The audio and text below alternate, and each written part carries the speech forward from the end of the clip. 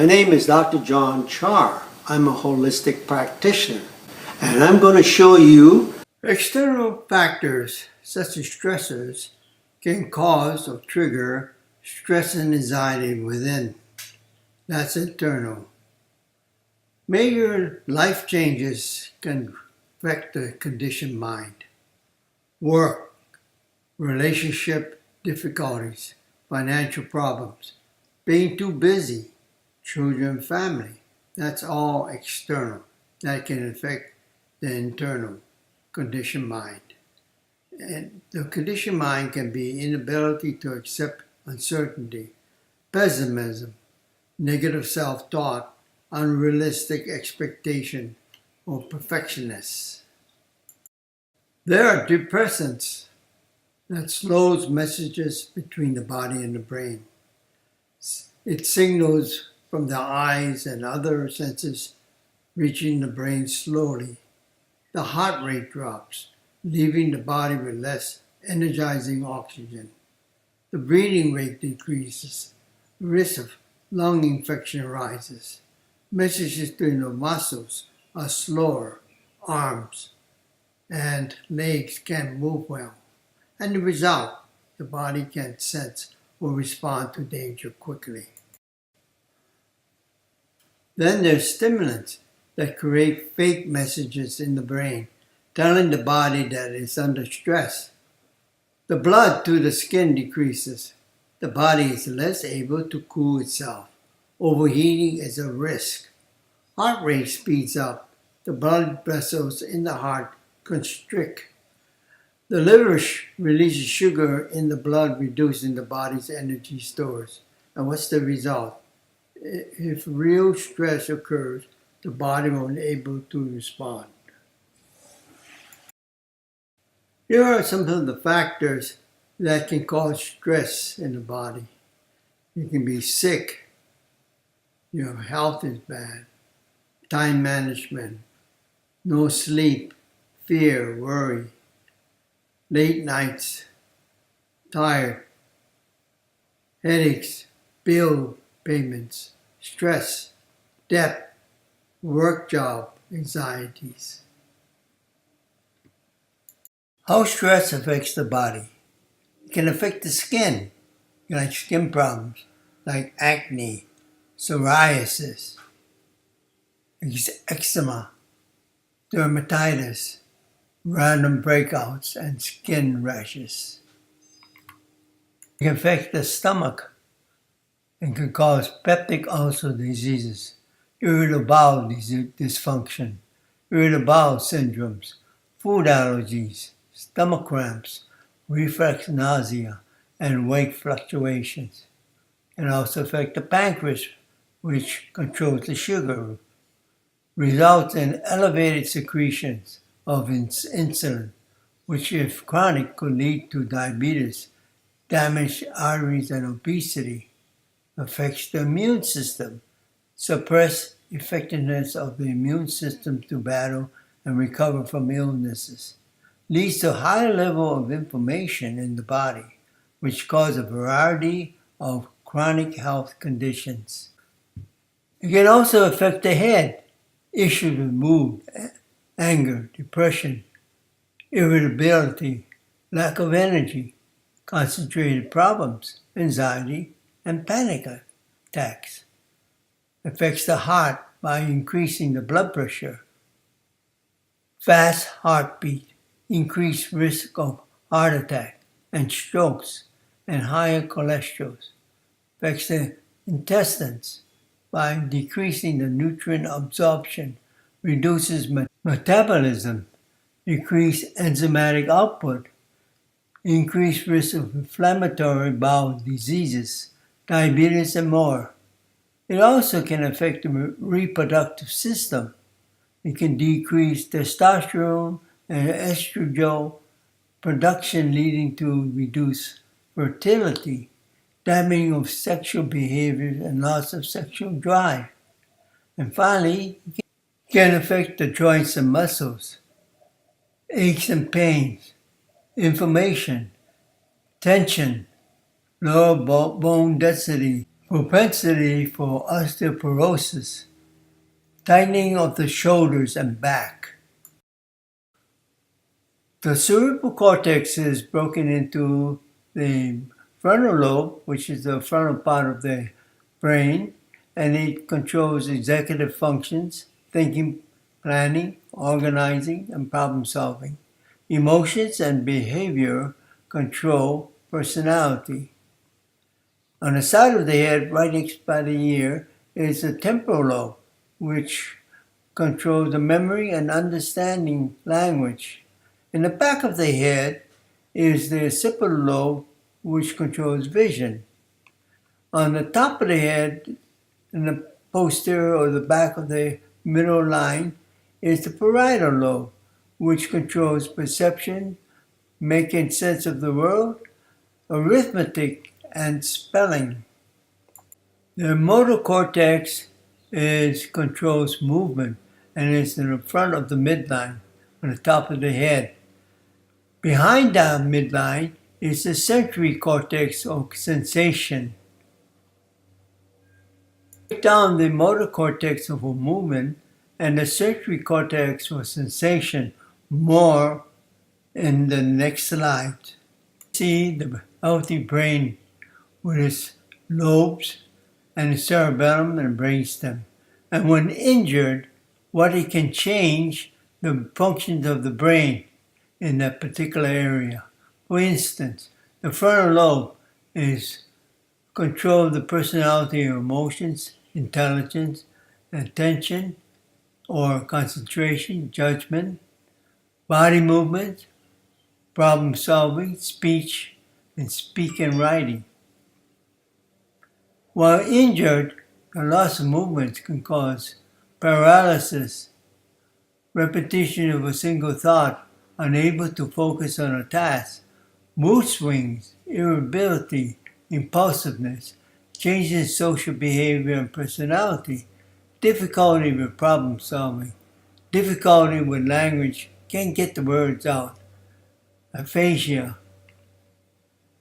It's the parietal lobe, which is posterior of the midline of the brain.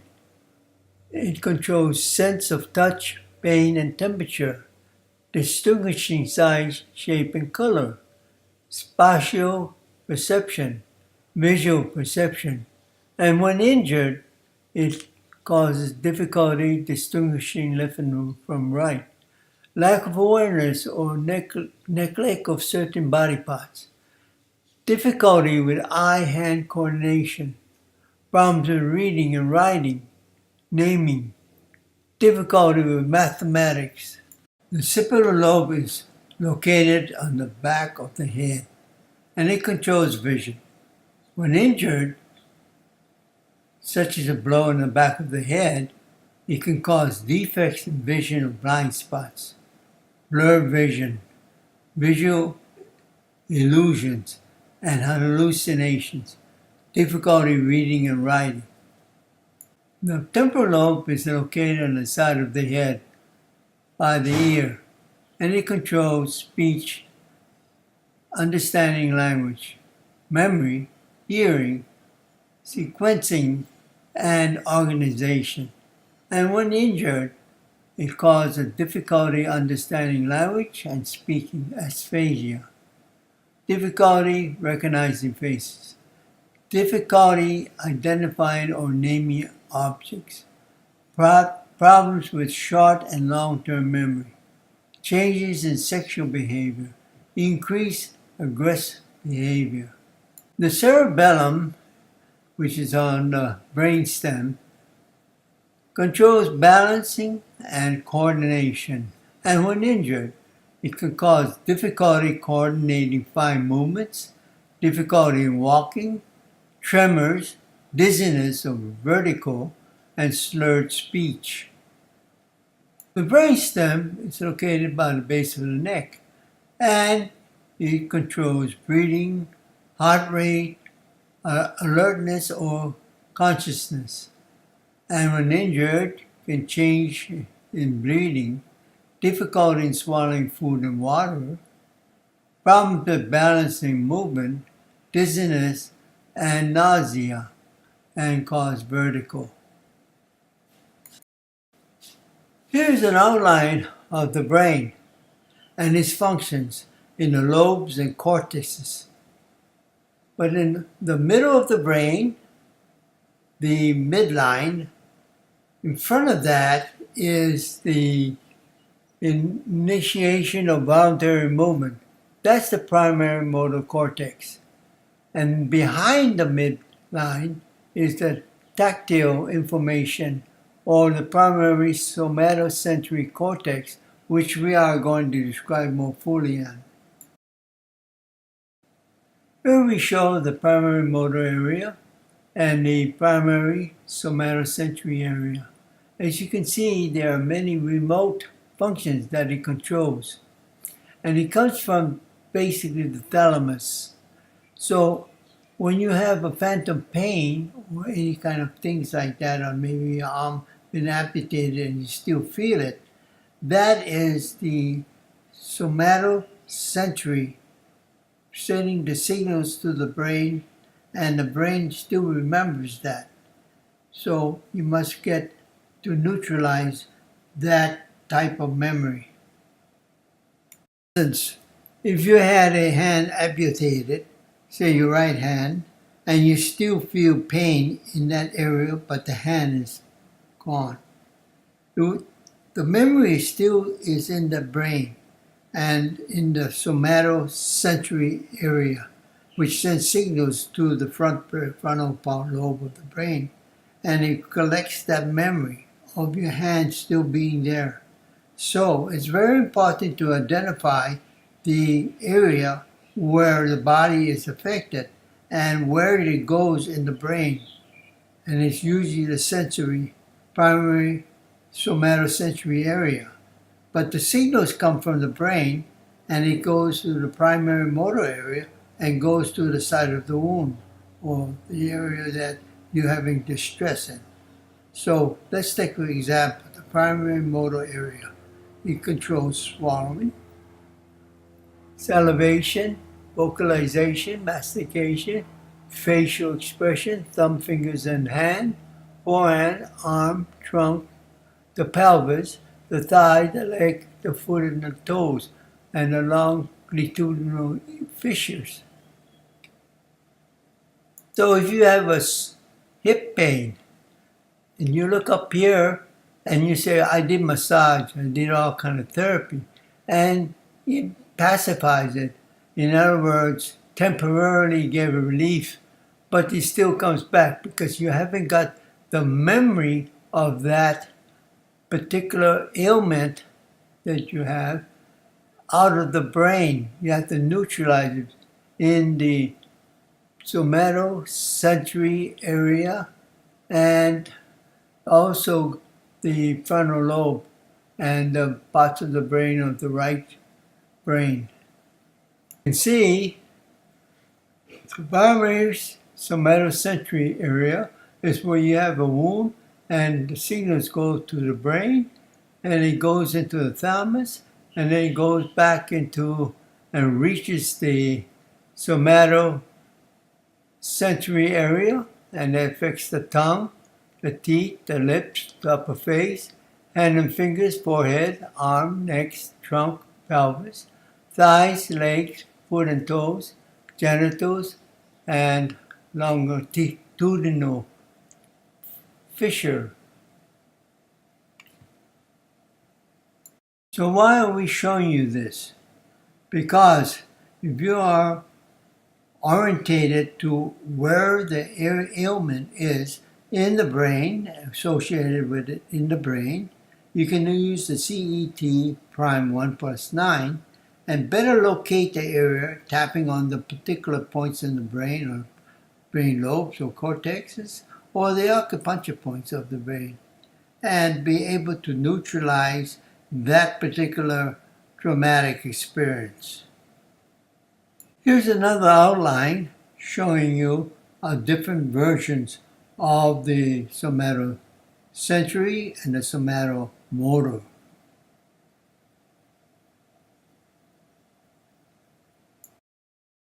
Here's another illustration of where the somatosensory is located in the brain and all the parts related to it in parts of the brain. So you can find a location as to where to tap or where to do a affirmation or statement when you do the CET Prime 1+9.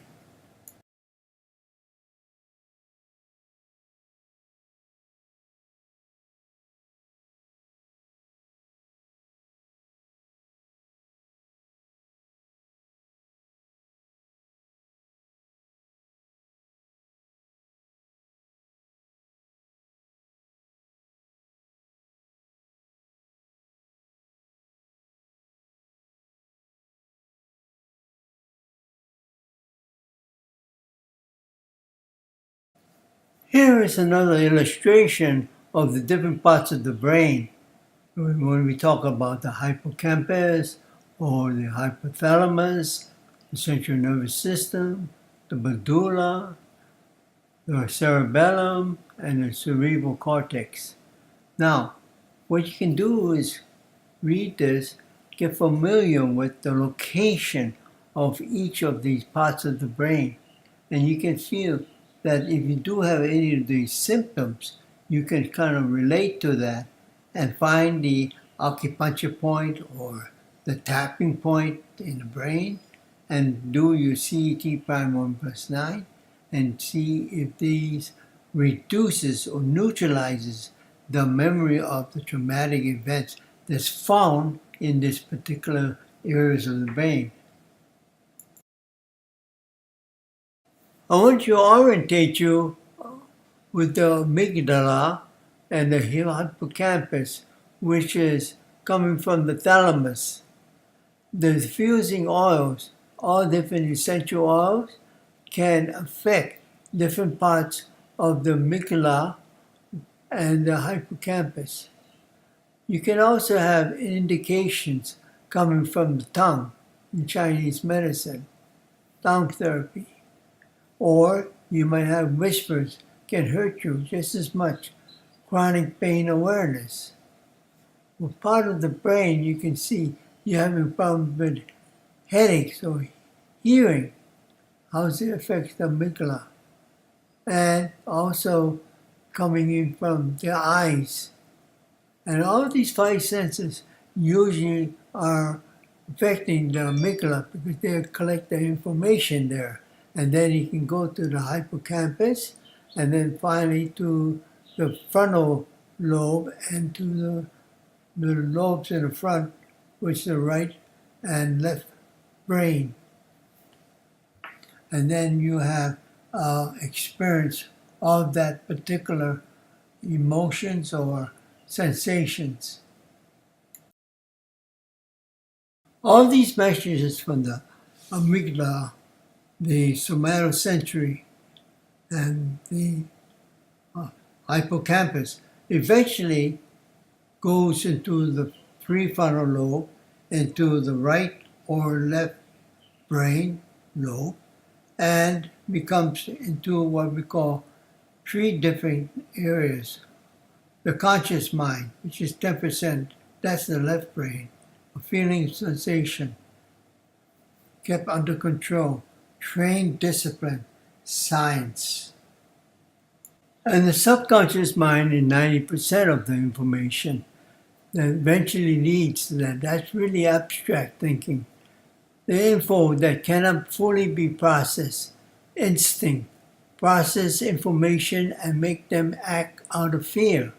Act out of fear without understanding why they are acting that way.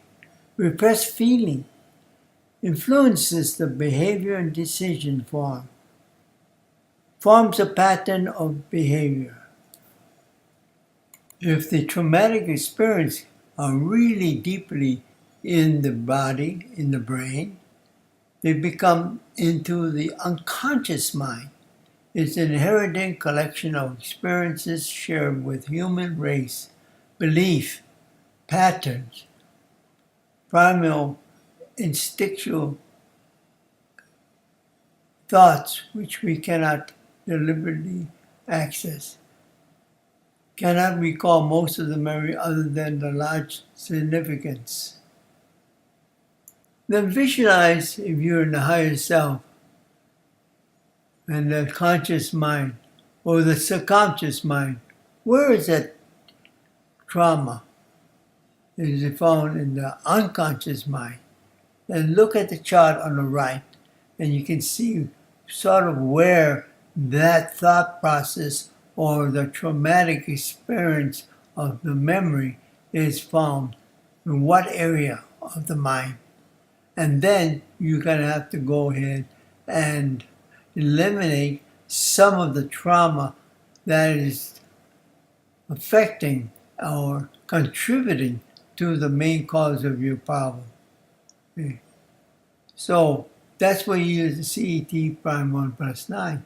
You sort of get the umbrella of all these different symptoms that collect there. And it might not be the same as it first entered to the brain because it's affected by many other factors and they become changed in the format of what you think you believe in. And that's why you can't find out what is the cause because it tricks you because it's called the neuropeptides. That's messages from one cell to another cell. And when they all get together, the thought process changes from the original cause. It changes. So you have to dissect all these different parts from it. And then when you filter it out and neutralize them, then you can look at the cause. But until then, you will not find it, even though you said, I'm going to treat symptoms. And then the symptoms are not really taken care of.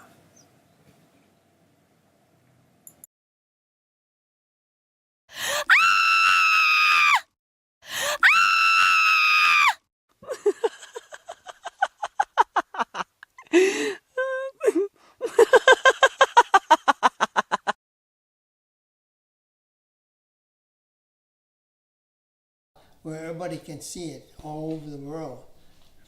And that's every week we put on one comment. And this is the major one, which is an introduction to what we're going to be giving on all the different facets of the immune system. And then we're going to also go into different phases of exercise, diet, nutrition. We're going to talk about emotional.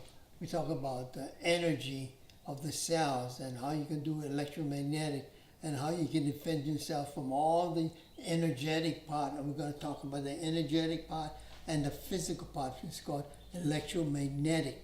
And we're going to discuss that. And we're going to put on playlists. So you stay on my playlist, you're going to see all those appear over a period of time. You're going to see that every Wednesday we're going to continue giving you more education and tips. Not only education, but tips on how to treat that. Okay, we're not treating it with drugs or anything because you can go ahead and work with your physician. We don't say, no, you shouldn't see that. But we can say that there's an alternative. If things don't work on the drug side or chemical side, you're going to look at different options. Go organic and try that. Be natural. But that takes discipline. And then we're going to show you that all the facets, and it's going to be a long series, but it's going to give you a lot of information, and some of the information will be things from my practice. I've seen research. I've been all over the world taken from the masters, and I'm going to give you all that information in a condensed form of playlist. So look me up.